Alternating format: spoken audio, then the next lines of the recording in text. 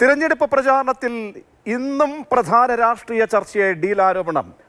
Deal എന്ന് കേൾക്കുമ്പോൾ മുഖ്യമന്ത്രി പ്രകോപിതനാകുന്നുവെന്ന് വി ഡി സതീശൻ പരിഹസിച്ചു. ശ്രീ എമ്മിന്റെ മധ്യസ്ഥതയിൽ RSSുമായി ഡീൽ ഉണ്ടാക്കിയെന്ന ആരോപണം സതീശൻ ആവർത്തിച്ചു. 1977 പിണറായി ജയിച്ചത് RSS പിന്തുണയോടെ എന്നാണ് വി ഡി സതീശൻ ആരോപിച്ചത്. അതേസമയം കോലീവി സഖ്യം ആവർത്തിച്ച് പിണറായി വിജയൻ രംഗത്ത് വന്നു. RSSുമായി കൂട്ടുകൂടുന്ന പാർട്ടിയാണ് കോൺഗ്രസ്. അതിൽ കോൺഗ്രസിന് ഒരു ഉളുപ്പുമേയില്ല.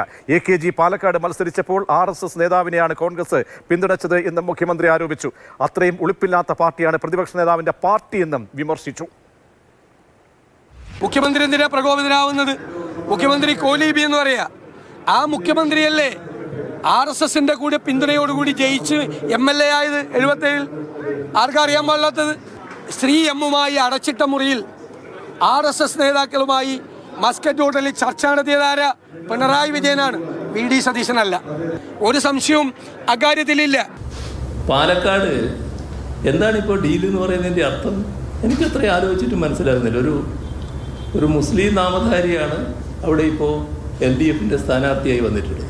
അതുകൊണ്ടാണോ ഡീൽ എന്ന് പറയുന്നത്? എന്ത് അസംബന്ധവും എഴുന്നള്ളിക്കാൻ ഒരു പ്രയാസമില്ല. അങ്ങനെ എഴുന്നള്ളിക്കുന്നതിനാ? ഇതിൻ്റെ ഭാഗമായി നല്ലതുപോലെ കച്ചവടം നടത്താൻ 91-ലല്ലേ അവിടെ സഖാവ് AKG മത്സരിച്ചിരുന്നു. കോൺഗ്രസിനും RSSനുമെല്ലാം ഒരേ സ്ഥാനാർത്ഥിയായിരുന്നില്ലേ?